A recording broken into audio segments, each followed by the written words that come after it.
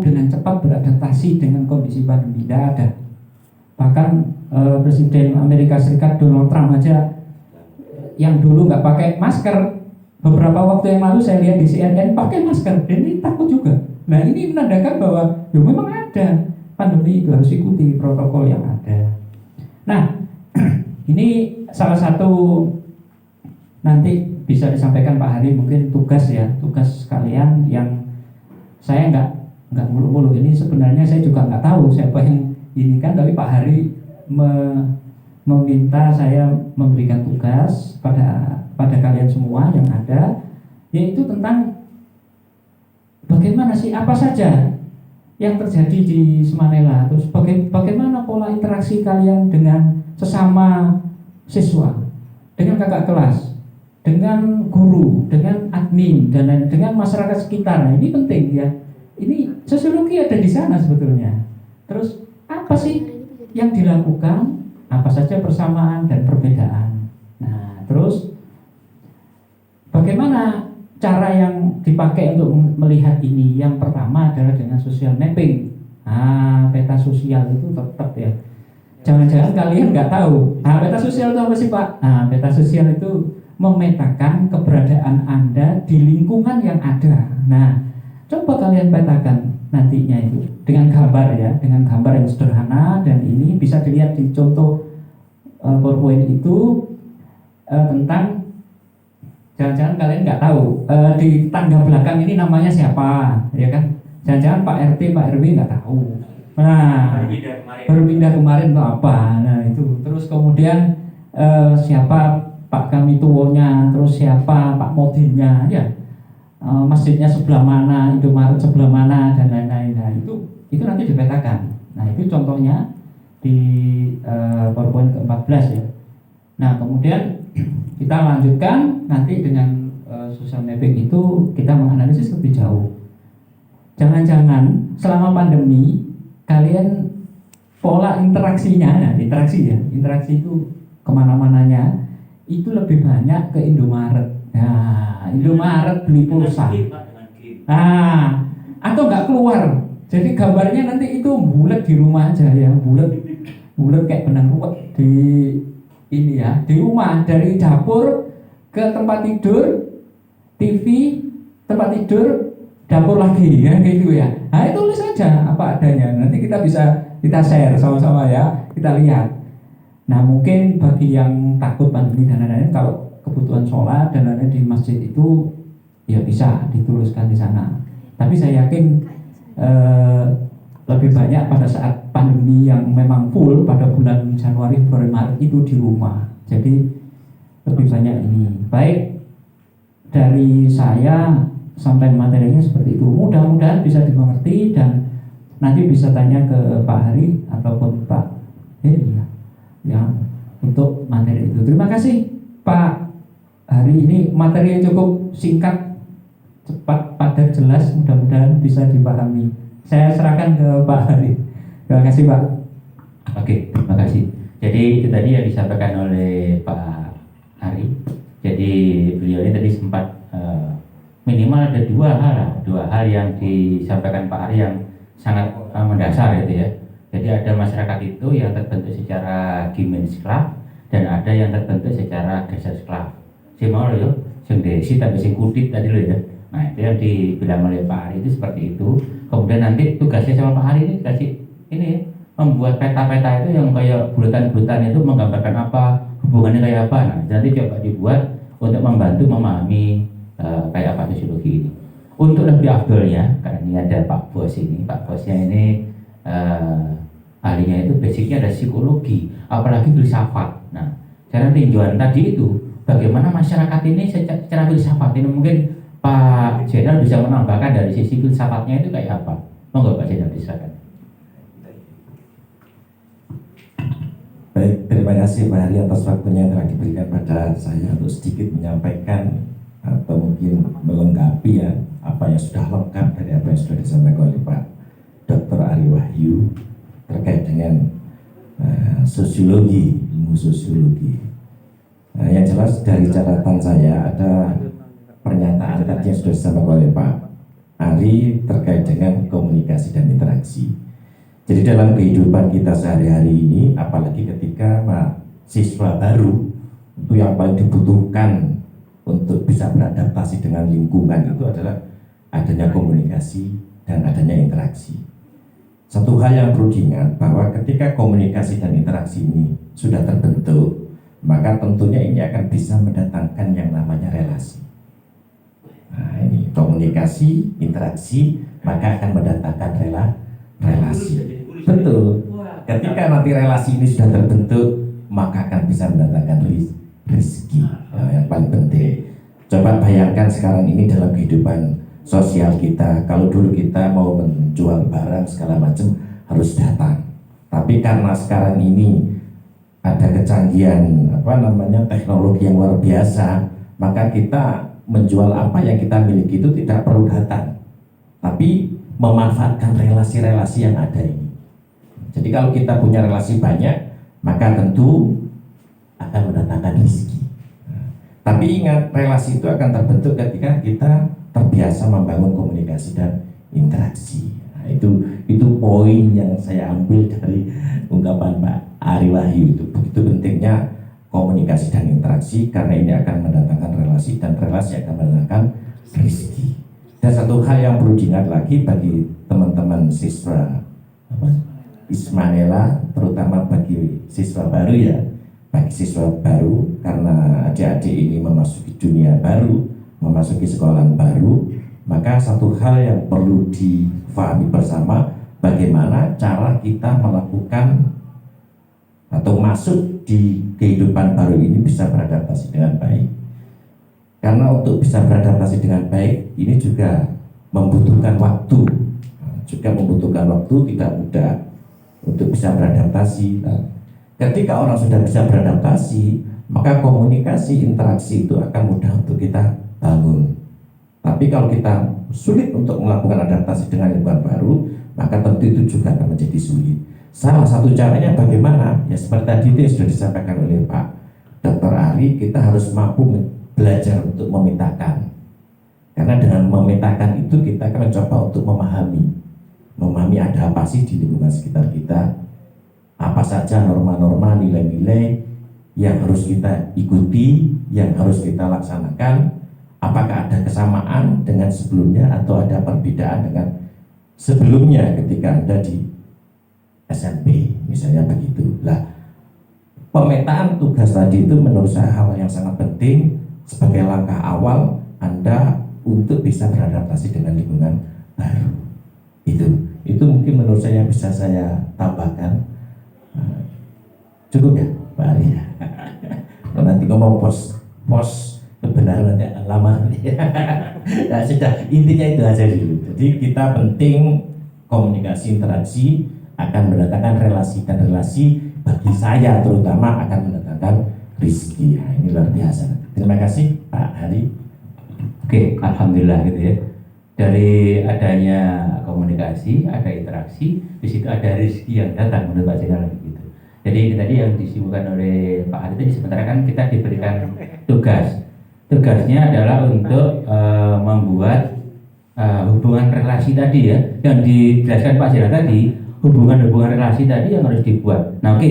Untuk sambil menunggu ini di ponsel saya bisa, kalau ada pesan yang masuk, pertanyaan yang masuk, saya tunggu. Tapi senyampang saya menunggu pertanyaan dari audiens yang mungkin sekarang lagi live streaming.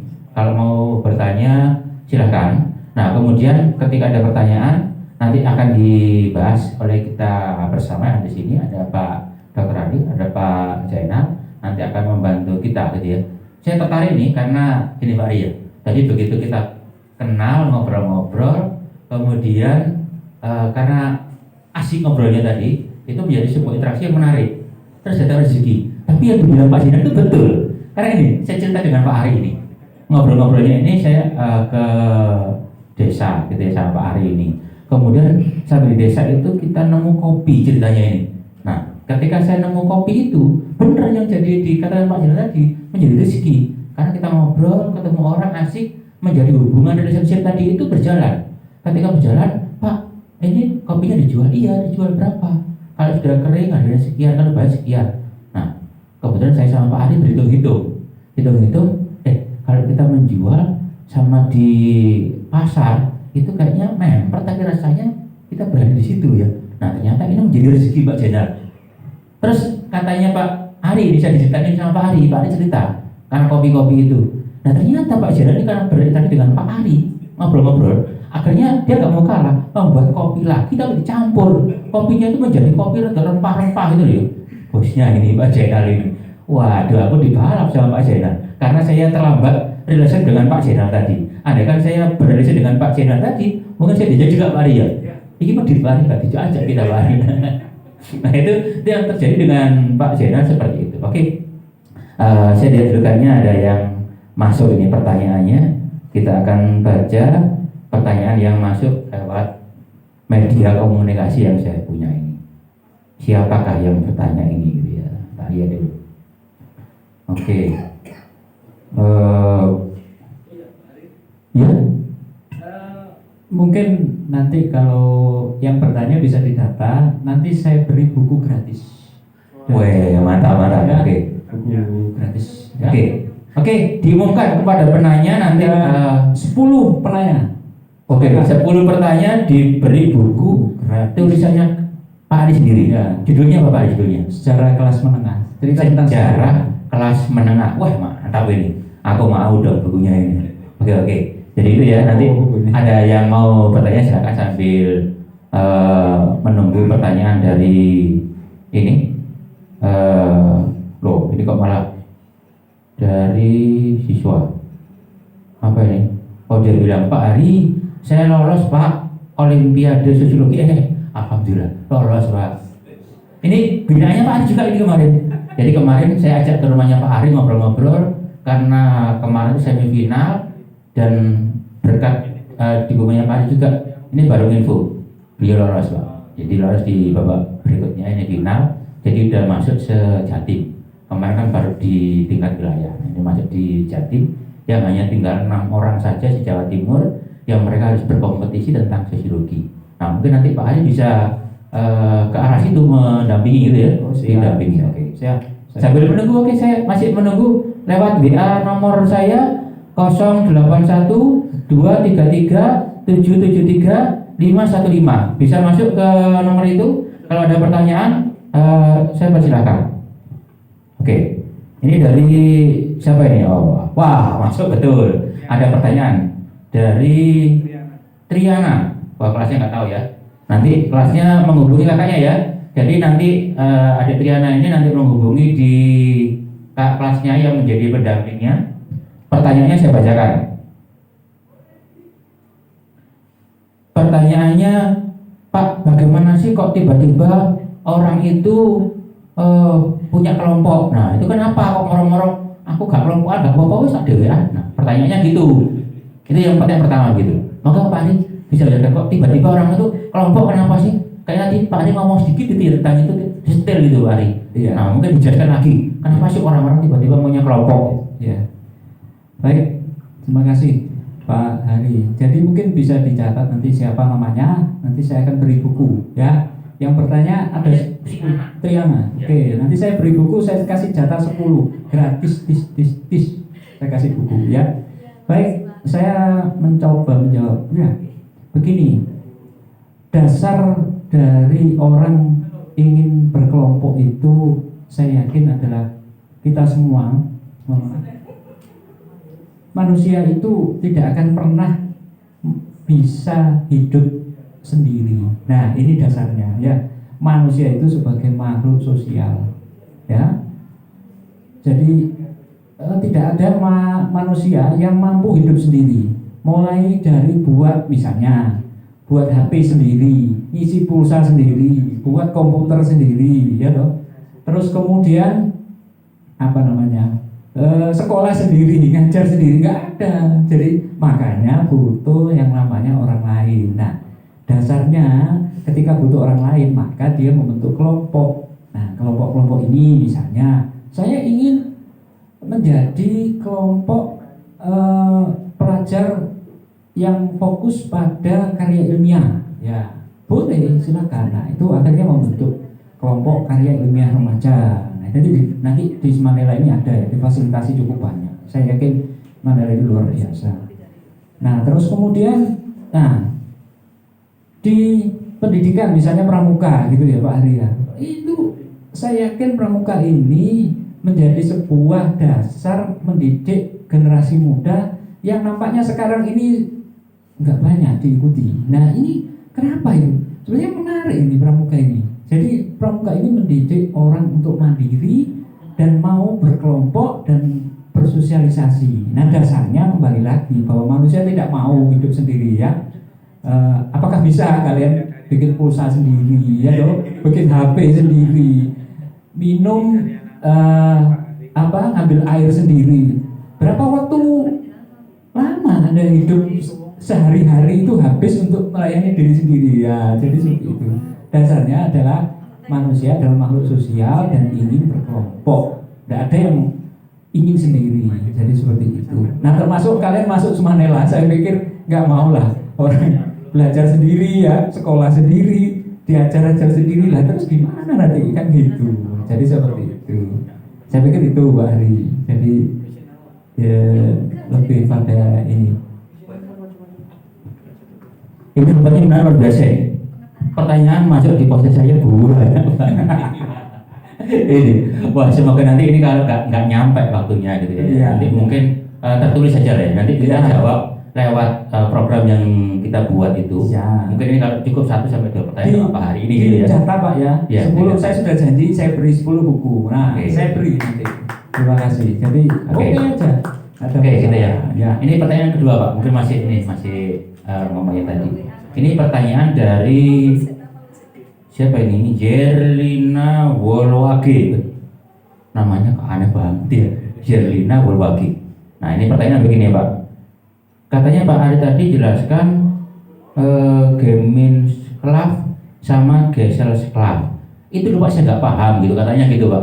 Katanya dia nggak paham membedakan yang Gemeinsklav sama yang Gesellschaft gitu. Dia nggak paham bedanya itu, gitu Pak. Membedakan yang gampang bedanya itu loh. Tadi kan Pak Ari menjelaskan dibagi 2 terus jadi 6. Terus kok nomor 6 ya apa bedanya ini? Nah kira-kira pertanyaannya begitu. Ya. Itu Pak Ari ya. Baik, terima kasih. Pertanyaan yang menarik. Saya senang sekali ya respon-respon yang cukup adaptif dan cukup kreatif. Pertanyaannya menarik. Jadi begini, memang itu sebuah terminologi istilah mengelompokkan saja. Kita bicara kelompok lagi akhirnya. Gemeinschaft itu kelompok masyarakat gitu ya, kelompok masyarakat yang masih memegang teguh tradisi yang ada. Nah, sayangnya memang saya hanya bisa menyontohkan adalah di kelompok saudara-saudara kita yang ada di Tengger. Itu di puncaknya ya, di puncak. Kalau di lereng-lereng bawah itu sudah berbeda ya, sudah mengerti tentang musyawarah wisata dan lain-lain. Tapi memang dia ada desa tersendiri yang memang dia masih memegang teguh ini. Karena apa? Yang cukup menarik ketika saya jalan-jalan di sana itu dia bilang bahwa Pak di sini nggak ada yang jual nasi. Loh, kenapa? Kok nasi aja dijual Pak? Dan gitu, itu nggak boleh Pak. Pantangan bagi kami. Kalau orang ini saya juga membuktikan dan saya baca juga bukunya Robert M. Hegner tentang geger Tengger itu. Dan oh iya ternyata saya buktikan benar juga di sana. Terus ya di sana memang ada hal-hal yang sifatnya ya tradisi, memegang teguh tradisi, termasuk nggak jual nasi itu, nggak jual. Kalau mau makan silakan, kita makan sama-sama. Terus nggak ada yang punya nggak ada yang punya milik tanah pribadi, tidak ada. Jadi milik bersama, kita kelola bersama, peladang bersama, nanti makannya umbi-umbian, singkong apa bersama, dan itu menarik. Nah, saya sempat dulu diajak Pak Hari itu ke ini pas upacara karo Pak ya. Upacara karo itu salah satu bentuk kelompok yang masih memegang teguh adat itu namanya itu Pak ya, di Sapi Kerep itu ya. Sapi Kerep. Itu termasuk kelompok masyarakat Gemeinschaft ya. Nah, terus yang kedua adalah Gesellschaft. Gesellschaft itu masyarakat sudah modern. Nah, contohnya cukup banyak. Jadi kalian juga bisa membandingkan. Mungkin mereka sudah tidak, karena di lereng tidak ada pulsa macam-macam ya, susah sinyal itu. Tapi nggak tahu sekarang ya. Kalau dulu pas saya waktu riset di sana itu nggak ada memang. Tapi benar-benar anunya loh ya, benar-benar desa Tenggernya betulan loh ya. Nah, ke bawah, desa yang lebih bawahnya di lereng Gunung Bromo itu Tengger, itu sudah beda lagi. Mereka sudah melihat bahwa orang yang datang ke Tengger itu dianggap sebagai turis lokal dan lain-lain, itu sudah ada kepentingan ekonomi. Nah, contoh-contohnya banyak. Kalau di desa di sekitar Semanela ini, saya pikir adalah Gesellschaft semuanya. Tidak ada yang Gesellschaft, nggak ada. Walaupun di daerah Sri Gading sana Pak, yang kita sering jalan-jalan itu, Sri Gading Sedulur itu Gesellschaft semua, Gesell ya, Gesellschaft itu yang sudah modern. Saya pikir itu Pak. Saya pikir itu Pak. Mudah-mudahan bisa dipahami dengan cepat dan ini. Oke, terima kasih Pak Hari. Woi, ini ada pertanyaan baru ini. Ini arahnya, weh Pak Jenal, ke bagian pertanyaan Pak Jenal. Pertanyaannya datang dari Niputu. Niputu kayak orang Bali aja ya. Namanya Niputu. Pertanyaannya Pak Jenal. Pak Jenal, bagaimana sih inti pertanyaannya itu? Kalau saya baca panjangnya ya tadi. Saya rangkumkan pertanyaannya, intinya hanya gini. Kenapa sih Pak dari interaksi dan komunikasi itu kok menjadi relationship itu yang datang rezeki itu loh Pak? Nah dia nanya kok tiba-tiba arahnya ke rezekinya itu loh Pak? Tanya gitu. Monggo Pak Jenal. Baik, pertanyaannya itu masih ada kaitannya dengan yang pertama tadi Pak ya. Kenapa manusia itu butuh kelompok, ya kan? Nah, kenapa manusia butuh kelompok? Salah satu tokoh filsafat yang terkenal Aristoteles itu mengatakan bahwa manusia itu adalah sebagai makhluk zoopolitik, jadi sebagai makhluk sosial. Yang namanya makhluk sosial itu ya mau tidak mau memang harus berinteraksi, berkorelasi dan berkomunikasi dengan pihak lain. Secanggih apapun teknologi ya, sekarang kalau tadi diceritakan sekarang ini sudah mulai, manusia itu sudah mulai hilang dari jati dirinya, di mana segalanya dilayani oleh robot dan seterusnya, pokoknya oleh serba otomatis. Tapi ada satu sisi yang hilang, di mana hilang itu dia tidak ada relasi dengan orang lain. Nah, kehilangan ini kenapa yang akhirnya menumbuhkan ada tumbuh spiritual kalau dalam kehidupan sosial di masyarakat, di daerah, di Eropa, di Amerika itu. Sekarang di satu sisi dia butuh yang namanya kembali ke masa lalu. Satu sisi kehidupan mandiri sudah mulai terbentuk, tapi di sisi yang lain ini akan hilang kodrat manusia, di mana manusia itu butuh yang namanya relasi, komunikasi dan seterusnya, itu yang sampai akhirnya membentuk kelompok-kelompok tadi. Karena itu memang sudah fitrah manusia. Jadi yang namanya fitrah itu mau tidak bisa lepas. Nah, ketika orang berupaya untuk lepas itu oke, bisa, tapi nanti akan kembali ke fitrahnya tadi itu, di mana manusia butuh kelompok.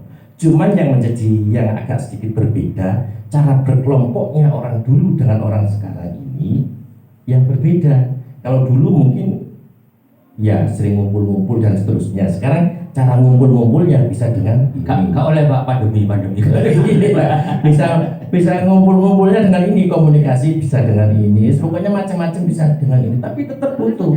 Makanya ketika orang sudah tidak mau berkomunikasi dengan orang lain, tidak mau menggunakan ini, bagaimana dia bisa hidup, ya kan?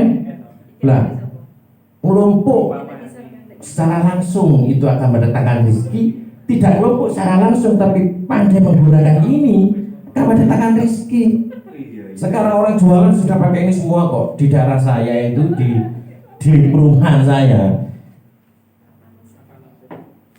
apa istilahnya, ikan segar sudah siap di grup PKK. Kemudian sebentar lagi ada muncul lagi, sambil ada fotonya lagi, nasi goreng pedas sudah siap, sore rujak cingur sudah siap. Dan luar biasa. Jadi intinya tetap kita tidak bisa yang namanya lepas dari komunikasi itu tadi. Dan bentuk komunikasi itu macam-macam tergantung zamannya. Nah sekarang zamannya ini kan sudah zaman modern, kita hidup di zaman modern, zaman pakar postmodern tadi itu, sehingga memang dituntut untuk bisa menggunakan segala hal. Kembali lagi adaptasi tadi itu. Nah kalau kita tidak bisa beradaptasi, maka kita akan sulit menjalani kehidupan ini. Oke. Ya kan? Ya. Mungkin itu aja. Itu terutama untuk Mbak siapa nih Putu tadi itu. Woi, Pak Ari menambah kali ini. Mantap, ilmunya menarik dibaca kayak ini. Iya, sudah mulai sudah panas ya. Entah mungkin siang tapi mendung ya. Mendung tidak bisa selalu hujan. Tapi begini, cukup gampang sebetulnya ya. Kalian semua siswa Semanela, apa yang kalian lakukan ketika bangun tidur? Pertama kali Katanya mandi. ya. Terus mandi. Dulu bangun tidur terus mandi, sekarang bangun tidur terus buka HP. Iya loh. Nah, berarti Anda butuh komunikasi. Dan saya yakin pertama kali bangun tidur, HP saya sudah saya cas belum? Nah, itulah makanya. Dan saya nggak percaya bahwasanya kalian tidak butuh komunikasi. Saya nggak butuh komunikasi. Wes, saya komunikasi dengan batin aja, telepati gitu Pak. Entahlah, atau bisa atau gimana. Nah, itu jadi sulit. Dan kembali lagi bahwasanya generasi sekarang bangun tidur terus nyalakan HP. Nah, ini. Jadi kan butuh komunikasi. Ya nggak salah sih, selama kita kan HP ya sudah, kita bangun ya apa mandi atau apa terserah. Tapi pertama yang kalian diingat tertanam dalam mindset ya Pak ya, itu bangun tidur ku terus nyalakan HP, tidak lupa mandi dan gosok gigi. Ya sekarang masa pandemi. Jangan lupa. Oh jangan lupa. Baik, saya pikir itu ya. Makasih Pak Ari. Oke, mungkin kita dibatasi waktu gitu ya. Jadi saya diingatkan itu sama timernya itu waktunya habis. Jadi tolong nanti DKA disaring pertanyaan yang masuk. Jadi sudah ada 3 tadi yang kita bahas, itu nanti akan dapat buku ketiga-tiganya. Yang 7 nanti kita ambil dari pertanyaan terbaik yang akan kita ulas di medianya Pramuka SMA Negeri 1 Lawang. Nanti akan ulasnya seperti itu. Mungkin itu. Tapi sebelum kita akhiri, ini saya minta ada closing statement dulu. Jadi closing statementnya dari Pak Ari kayak apa, dari Pak kayak apa. Kalau bisa panjang-panjang Pak, pendek-pendek aja karena sudah di waktu durasi gini-gini. Monggo Pak Ari. Terima kasih Pak Ari. Jadi saya sedikit aja, namanya closing itu ditutup dengan cepat. Nah, saya pikir begini, ini adalah masa pandemi dan di mana kalian juga harus tetap belajar. Saya pikir tetap harus menggunakan fasilitas yang ada. Jadi saya pikir belajar itu tidak tergantung atas kuota. Jadi belajar itu ya belajar mandiri, itu baca dulu, ya baca sendiri. Sama mahasiswanya Pak Ari itu juga seperti itu, mengeluh kuota saja. Tapi masalahnya kan yang saya tahu dari Semanela ini ternyata diberi, ya, wah diberi luar biasa. Jadi itu sudah cukup membantu lah. Tapi sebenarnya bukan begitu. Artinya itu hanya sebuah fasilitas saja. Tapi pendidikan ini saya pikir mulai dari buayan sampai liang lahat. Ya, jadi belajar terus, tidak mengenal ini, jangan terbatas di online atau guru-guru yang menyampaikan saja, tapi Anda belajar dan belajar. Saya pikir itu, jadi masa pandemi tidak membatasi kita belajar, dimanapun kita bisa belajar. Saya pikir itu lebih enak. Saya pikir. Pak Jenner dibuat closing statementnya dulu. Baik, terima kasih. Pesan singkat dari pertemuan ini menurut saya yang terpenting adalah bagaimana kita mampu beradaptasi. Ya, mampu beradaptasi dengan kondisi seperti ini. Lah cara untuk bisa beradaptasi itu bagaimana ya? Kita harus belajar untuk mengenal situasi dan kondisi yang ada yang dihadapi. Tanpa itu maka kita akan sulit untuk beradaptasi. Dan ingat bahwa dengan beradaptasi itulah, dengan punya kemampuan untuk beradaptasi itulah, maka kita akan mudah untuk melakukan segala sesuatu dalam kehidupan kita. Mau belajar, mau apa itu akan menjadi mudah ketika kita sudah bisa beradaptasi, termasuk beradaptasi dengan HP, beradaptasi dengan pembelajaran daring dan seterusnya. Itu akan menjadi mudah. Jadi intinya kita harus belajar untuk bisa beradaptasi, ya. Itu aja. Oke, terima kasih. Jadi ada dua simpulan yang sangat luar biasa ya. Tadi yang disampaikan yang pertama oleh Pak Ari, intinya dari closing statement-nya adalah belajar itu adalah lifelong education. Jadi pendidikan sepanjang hayatnya. Jadi mulai lahir sampai ke liang lahat, bahasanya Pak Ari. Jadi itu kita selalu belajar, itu ya. Ingat itu lifelong education. Jadi pendidikan nggak di sekolah tok, ternyata di dinding juga kita belajar. Nah, itu ya pesannya. Kemudian yang Pak Zainal terakhir dia pesan adaptasi yo, sesuaikan dirimu dengan lingkunganmu. Nah itu pesannya Pak Zainal itu adaptasi, menyesuaikan diri. Nek kamu nggak bisa beradaptasi berarti kamu gagal untuk mencapai yang dikatakan kita bahas tadi itu. Oke, dan saya akhiri. Wassalamualaikum warahmatullahi wabarakatuh. Waalaikumsalam. Terima kasih Pak Ari. Terima kasih Pak Ari. Terima kasih.